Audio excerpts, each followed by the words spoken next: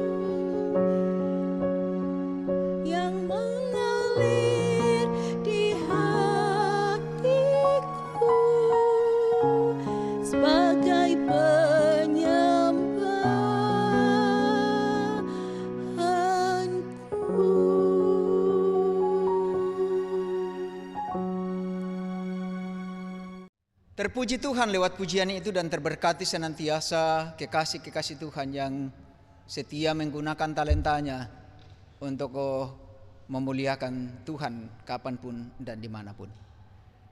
Baik, kita akan membaca, mendengar, dan merenungkan firman Tuhan untuk menikmati hadiratnya malam ini.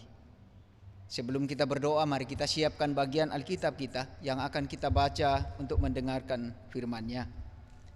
Dari Roma pasal 11. Ayat 25 sampai dengan ayatnya yang ke-36. Roma 11 ayat 25 sampai dengan ayat 36. Kalau semua sudah siap, biarkan Alkitab kita terbuka dan kita buka hati kita untuk menyambut firman-Nya. Kita berdoa. Syukur bagi Tuhan kami naikkan malam hari ini, karena sungguh mengingat betapa besar kasih setia Tuhan yang selalu nyata dalam kehidupan kami hari lepas hari. Kami mensyukuri pemeliharaan Tuhan yang telah kami nikmati sehari dalam melakoni aktivitas yang Tuhan perkenankan di dalam hidup yang Tuhan anugerahkan, menikmati berkat-berkat Tuhan di dalamnya, hingga kami berada di malam ini untuk beristirahat. Namun sebelum kami menikmati peristirahatan kami malam ini, kami rindu mengalami hadirat Tuhan dalam kami membaca, mendengar, dan merenungkan firman Tuhan. Kami mohon Roh Kudus memenuhi, menguasai hati pikiran kami. Hikmat Tuhan memberi pengertian, sehingga dalam kami membaca, mendengar, dan merenungkan firman Tuhan, iman kami semakin dikuatkan bahwa sungguh dalam kehidupan ini hanya Tuhan dan dari Tuhan lah segala sesuatu kami alami, kebaikan-kebaikan yang kami nikmati. Ya Tuhan, bersabdalah, kami siap mendengarkannya. Dalam keampunan Kristus Tuhan dan Juru Selamat kami yang hidup, kami berdoa. Amin. Roma 11 ayat 25 sampai 36. Penyelamatan Israel. Sebab, saudara-saudara, supaya kamu jangan menganggap dirimu pandai, aku mau agar kamu mengetahui rahasia ini. Sebagian dari Israel telah menjadi tegar sampai jumlah yang penuh dari bangsa-bangsa lain telah masuk. Dengan jalan demikian, seluruh Israel akan diselamatkan. Seperti ada tertulis, dari Sion akan datang penebus. Ia akan menyingkirkan segala kefasikan daripada Yakub. Dan inilah perjanjianku dengan mereka, apabila aku menghapuskan dosa mereka. Mengenai Injil, mereka adalah seteru Allah oleh karena kamu. Tetapi mengenai pilihan, mereka adalah kekasih Allah oleh karena nenek moyang. Sebab Allah tidak menyesali kasih karunia dan panggilannya. Sebab sama seperti kamu dahulu tidak taat kepada Allah, tetapi sekarang beroleh kemurahan oleh ketidaktaatan mereka, demikian juga mereka sekarang tidak taat, supaya oleh kemurahan yang telah kamu peroleh, mereka juga akan beroleh kemurahan. Sebab Allah telah mengurung semua orang dalam ketidaktaatan, supaya Ia dapat menunjukkan kemurahannya atas mereka semua. Oh, alangkah dalamnya kekayaan, hikmat, dan pengetahuan Allah. Sungguh tak terselidiki keputusan-keputusannya, dan sungguh tak terselami jalan-jalannya. Sebab siapakah yang mengetahui pikiran Tuhan? Atau siapakah yang pernah menjadi penasihatnya? Atau siapakah yang pernah memberikan sesuatu kepadanya sehingga ia harus menggantikannya? Sebab segala sesuatu adalah dari Dia dan oleh Dia dan kepada Dia. Bagi Dialah kemuliaan sampai selama-lamanya. Yang berbahagia, kata Tuhan Yesus, ialah setiap orang yang mendengarkan firman Allah dan yang memeliharanya. Yang percaya katakan amin. Kekasih-kekasih Tuhan yang dirahmati oleh Allah. Topik yang kita renungkan, dari Dia, oleh Dia, dan kepada Dia. Mirip dengan, atau beda-beda tipis rasanya dengan semboyan demokrasi. Semboyan demokrasi yang sering dielu-elukan atau didengung-dengungkan atau sering diungkapkan, yaitu dari rakyat, oleh rakyat, dan untuk rakyat. Ungkapan ini hendak menunjukkan bahwa kemerdekaan yang dia alami adalah karena perjuangan rakyat. Pemerintahan yang ada itu bukan karena kekuatan pribadi, tetapi karena kekuatan rakyat. Itu sebabnya maka dikatakan dari rakyat, oleh rakyat, dan untuk rakyat. Artinya kemerdekaan yang diperoleh memang harus dirasakan oleh rakyat.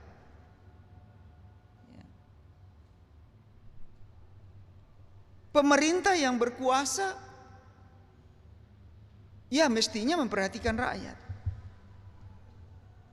Bahwa dari mana kedudukan itu diperoleh. Sehingga tidak ada pribadi yang bisa mengatakan kalau dia sudah merasakan itu, karena dialah, karena perjuangannya lah, karena kekuatannya lah, karena kepandaiannya lah, karena potensinya lah, karena kemampuannya. Tetapi tanpa rakyat dan kebersamaan dengan rakyat, perjuangan seluruh rakyat, maka itu bisa dinikmati. Ini juga yang sering diungkapkan oleh kesatuan-kesatuan tertentu, manunggal dengan rakyat, bahwa tidak bisa diabaikan itu. Nah, dari rakyat, oleh rakyat, dan untuk rakyat, senada juga dengan ungkapan Rasul Paulus. Sebab segala sesuatu adalah dari Dia, oleh Dia, kepada Dia. Ayat 36 dari pembacaan kita hari ini. Ungkapan itu jelas mau mengingatkan kita semua, mau mengingatkan saya dan saudara-saudara, ibu bapak, warga jemaat, siapapun orangnya yang telah menjadi milik Kristus seperti Paulus. Paulus mengingatkan jemaat-jemaat di Roma, saudara-saudara yang ada di Roma, agar jangan menyombongkan diri karena merasa mampu, karena merasa pandai, karena merasa ada, karena dia punya segalanya, karena dia mampu untuk melakukan apapun. Sebab segala sesuatu adalah karya Allah. Dunia ini adalah milik Tuhan. Segala-galanya adalah punya Tuhan. Bukankah bumi ini adalah karya jemari Tuhan? Semua yang tercipta di dalam adalah karya Allah, ciptaan Allah. Bahkan diri kita sekaligus pun adalah milik Tuhan. Dia punya cara untuk menyatakan kemurahannya bagi umat yang dikasihinya, dengan cara yang tak terduga, dengan cara yang tak terselami, oleh pikiran dan akal manusia. Karena itulah di sini dikatakan, siapakah yang mengetahui pikiran Tuhan? Siapakah yang menyelami pengetahuan Tuhan?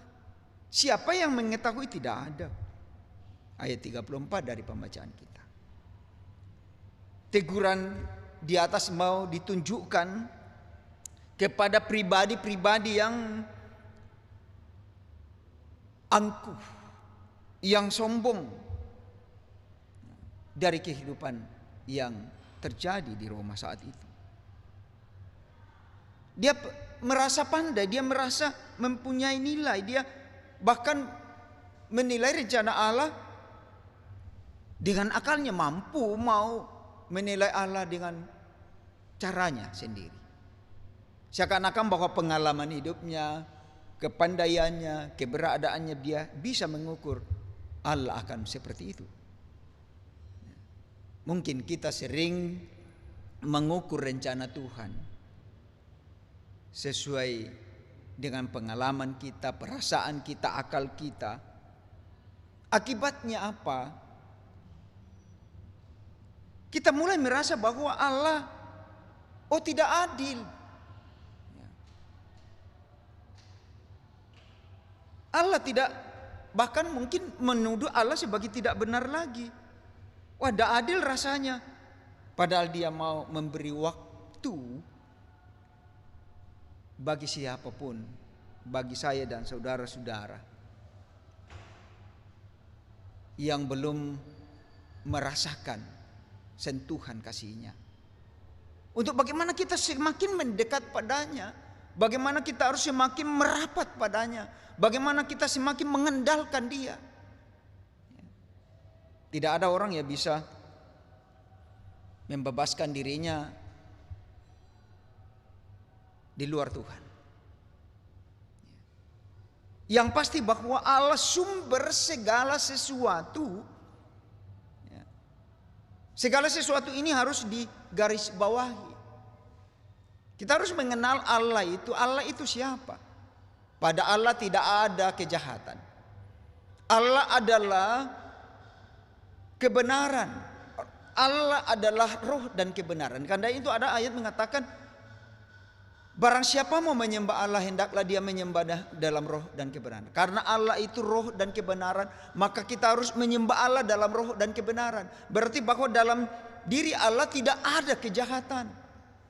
Nah, kalau dikatakan Allah, dari Allah lah segala-galanya, segala sesuatu, berarti segala kebenaran, segala kebaikan, segala yang membahagiakan itu dari Tuhan. Sehingga kita tidak bisa menyaksikan lagi tentang Tuhan. Kalau kita ada merasakan sesuatu yang tidak beres dalam diri kita, justru kita harus bertanya pada diri kita, ini salah siapa? Kalau ada sesuatu yang masalah terjadi dalam hidup kita, ini pekerjaan siapa? Kita harus merenungkan itu. Jangan-jangan karena kelalaian kita berserah pada Tuhan. Jangan-jangan karena kelupaan kita untuk tidak mengandalkan Tuhan dalam apa yang kita lakukan. Sehingga terjadi seperti itu.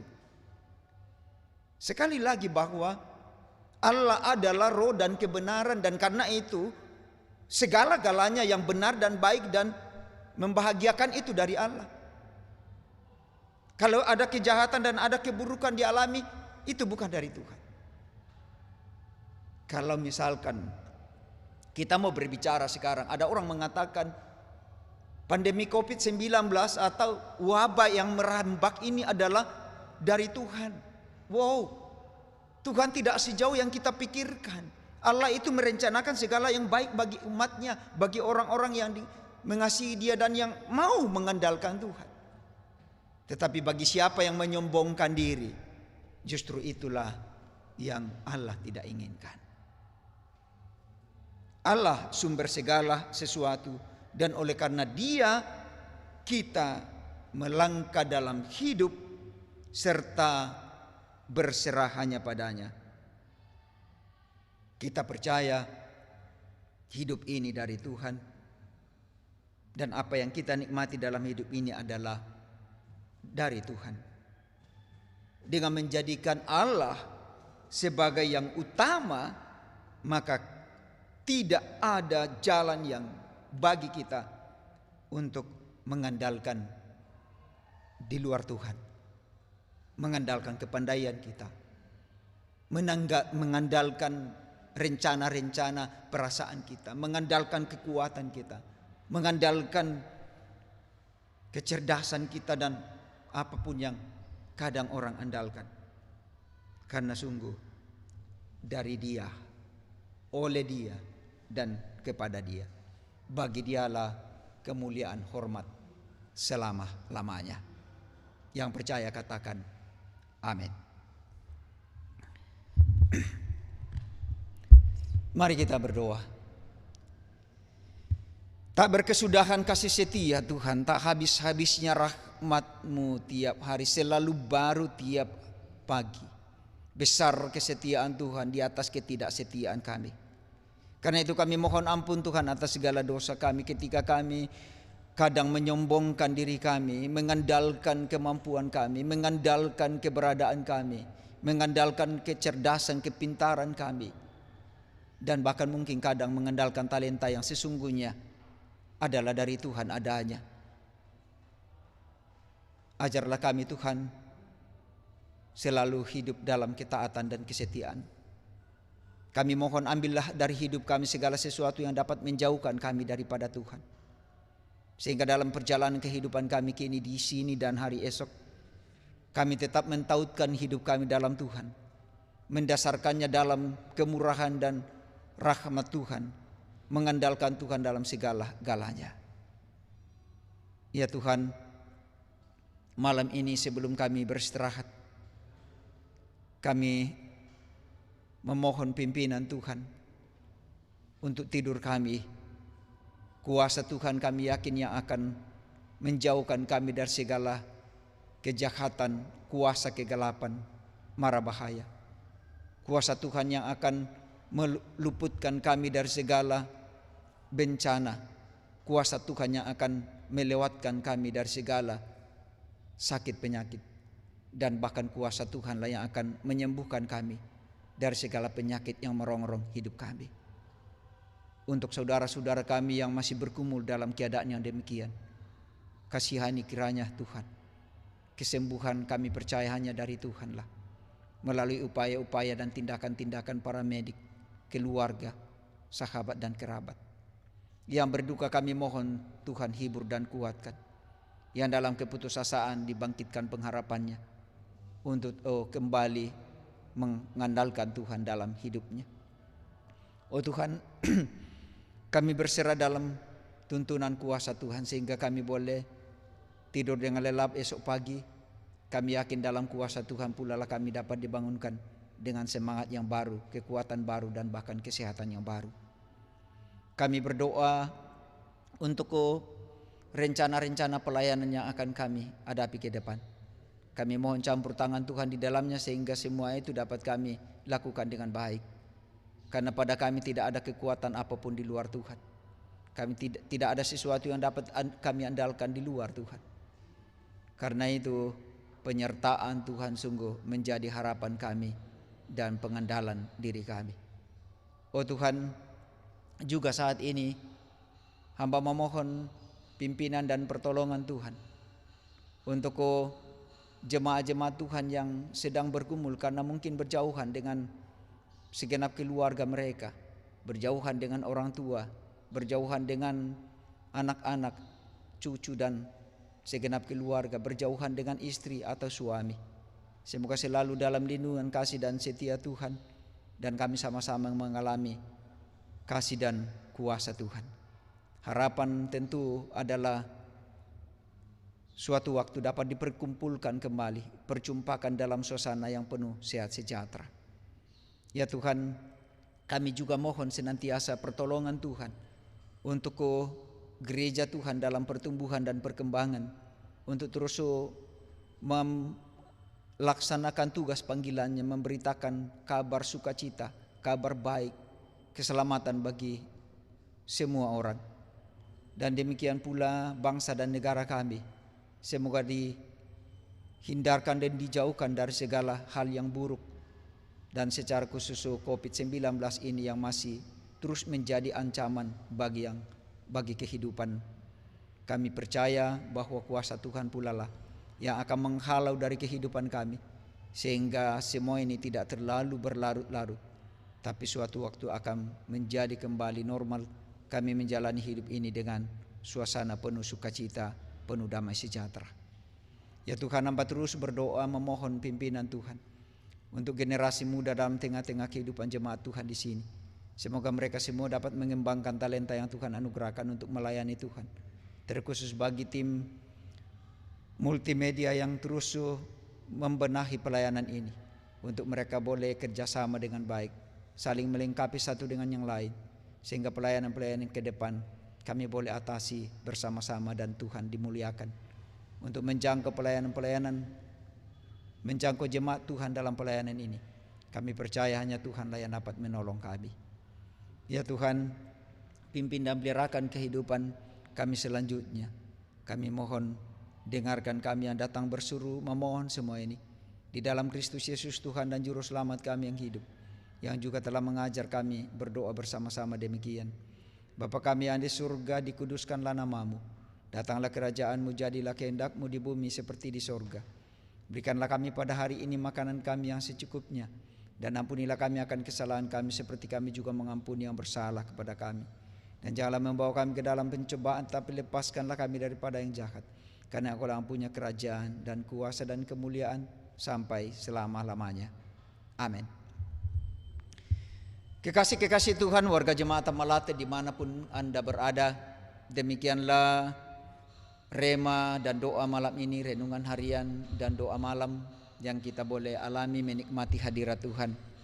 Sebelum saya undur diri dari hadapan kita, izinkan saya bersama dengan tim multimedia mengucapkan selamat malam, selamat beristirahat.